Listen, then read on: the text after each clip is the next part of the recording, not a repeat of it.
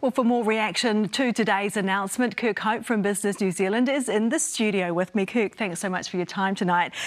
Were you surprised by this decision from Cabinet today? A little. I mean, I think there was a real feeling that certainly at least Auckland, if not the rest of the country, could have been in a state to move to orange. I think what you're seeing there is real frustration and disappointment from some businesses who have been particularly hard hit. Yeah, so there was a level of optimism, was there? Yeah, it's been a bit of a roller coaster for those businesses, and this is what happens every 10 days or fortnight, or every week when the Cabinet meets and makes decisions. People are on tenterhooks, and they've been this way for 2 years now, so it really is starting to take its toll.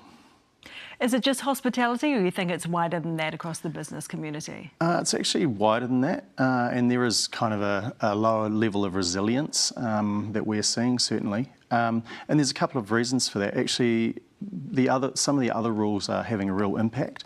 So the 7-day isolation period is starting to take quite a lot of people out of the workforce, and that has an impact on the people that are left in the workforce with more work to do. The Prime Minister would argue that's also having an impact on the health system, and we need to protect the health system, hence we can't go into orange. That's fair enough, isn't it? Totally acknowledge that. I mean, look, our health workers have borne a huge burden, and I don't think there'd be any person in the business community that would argue with that.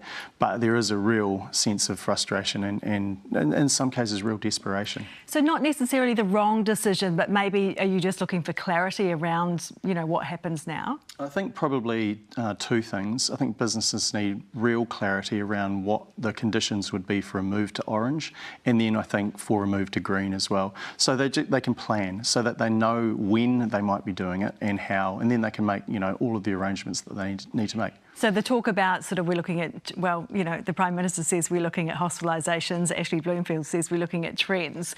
Where does that leave you? Confused, and I think that's part of the problem. What we need is clear and consistent messaging, and simply just tell us what the conditions will be for when we might move to orange or green. Okay, I don't know that you're going to get that, but we should get something the next Thursday, the 14th, the day before Easter. What is it going to mean for businesses to wait until that date? Well, for tourism businesses, when the border is open, it's probably going to make a bit of a difference because, of course, it's going to be less desirable to come to New Zealand if it's in red. So that 10 days matters to some of those businesses in particular, but more in general, for the reasons that I've already outlined, a range of businesses are impacted by that 10-day delay. Yeah, it's a long time after 2 years of this, isn't it? Okay, Kirk Hope, thanks so much for your time tonight. Pleasure.